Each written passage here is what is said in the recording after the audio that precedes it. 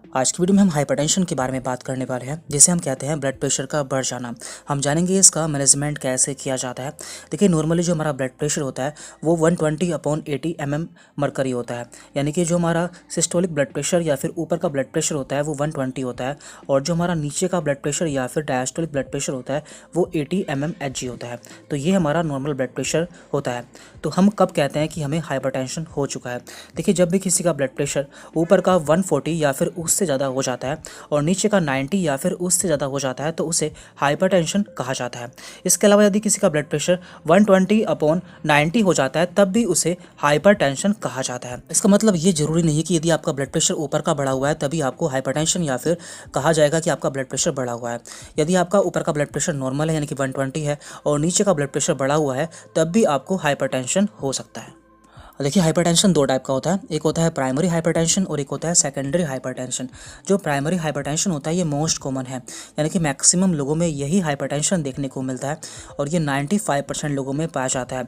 जबकि secondary hypertension बहुत ही less common है और केवल 5% लोगों में ये देखने को मिलता है।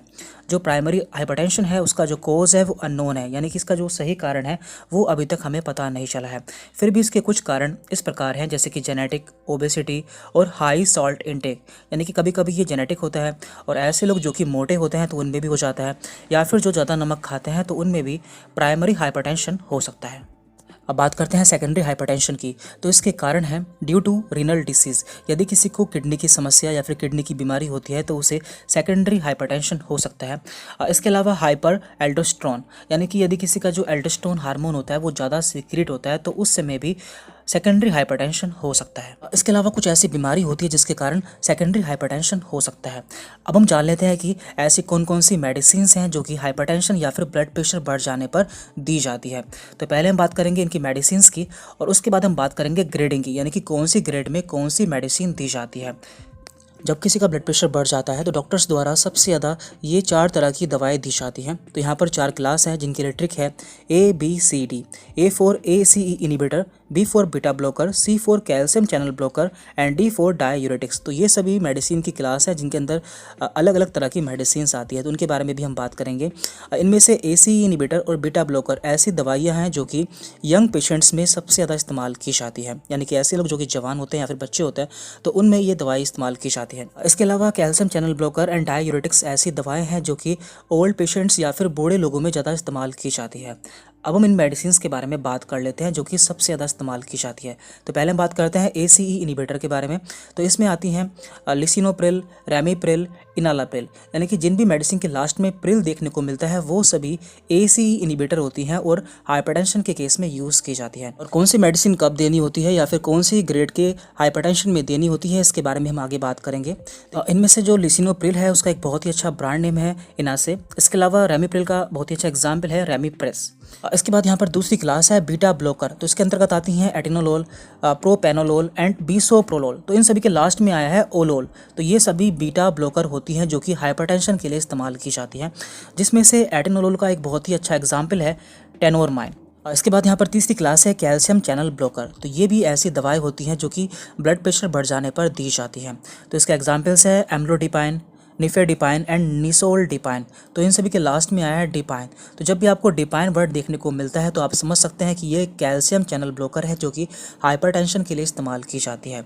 इनमें से एम्लोडिपाइन का एक बहुत ही अच्छा एग्जाम्पल या फिर ब्रांड नेम है एम्लोप्रेस। और लास्ट है यहाँ पर डाययूरेटिक्स। ये ऐसी दवाएं होती हैं जो कि हमारे यूरिनेशन या फिर हमारे पेशाब को बढ़ा देती है, जिससे हमारा ब्लड प्रेशर कम हो जाता है। और इसके अंदर आती हैं थायाजाइड। तो थायाजाइड भी कई प्रकार की होती है जिसके बारे में हम आगे बात करेंगे।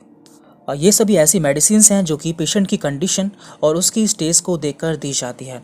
तो हाइपरटेंशन की कौन कौन सी स्टेज होती है और उसमें कौन कौन सी दवाएं दी जाती हैं तो उसके बारे में हम जान लेते हैं। देखिए, हाइपरटेंशन या फिर हाई ब्लड प्रेशर की मेनली 4 स्टेज होती है। पहली है यहाँ पर प्री हाइपरटेंशन, इसके बाद यहाँ पर स्टेज 1, स्टेज 2 एंड स्टेज 3। तो प्री हाइपरटेंशन में क्या होता है, इसमें हमें हाइपरटेंशन की शुरुआत होती है या फिर हल्का फुल्का हाइपरटेंशन होता है।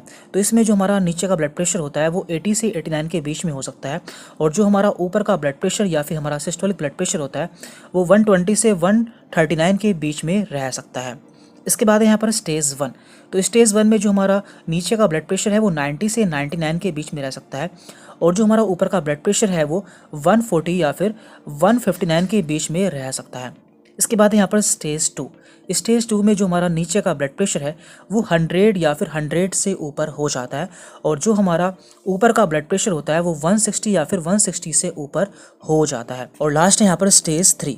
तो ये ऐसी कंडीशन होती है जिसमें हमारा ब्लड प्रेशर बहुत ज़्यादा बढ़ जाता है और यहाँ पर हमें इमरजेंसी की ज़रूरत होती है। तो स्टेज 3 के बारे में हम अगली वीडियो में बात करेंगे। फिलहाल हम यहाँ पर इन बाकी स्टेज के बारे में बात कर लेते हैं। तो पहले हम बात करते हैं प्री हाइपरटेंशन।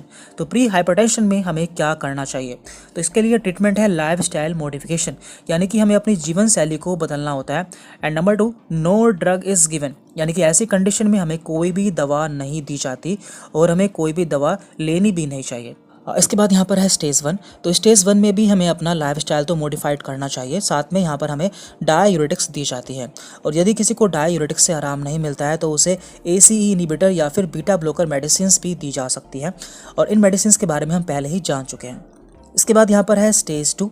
तो स्टेज 2 में भी हमें अपना जीवन शैली में चेंजेस करने होते हैं, और यहाँ पर हमें कॉम्बिनेशन थेरेपी दी जाती है, यानी कि हमें यहाँ पर 2 या 2 से ज़्यादा मेडिसिन का कॉम्बिनेशन दिया जाता है, जैसे कि डाययूरेटिक्स प्लस ACE इनहिबिटर का कॉम्बिनेशन या फिर कैल्शियम चैनल ब्लॉकर और बीटा ब्लॉकर का कॉम्बिनेशन।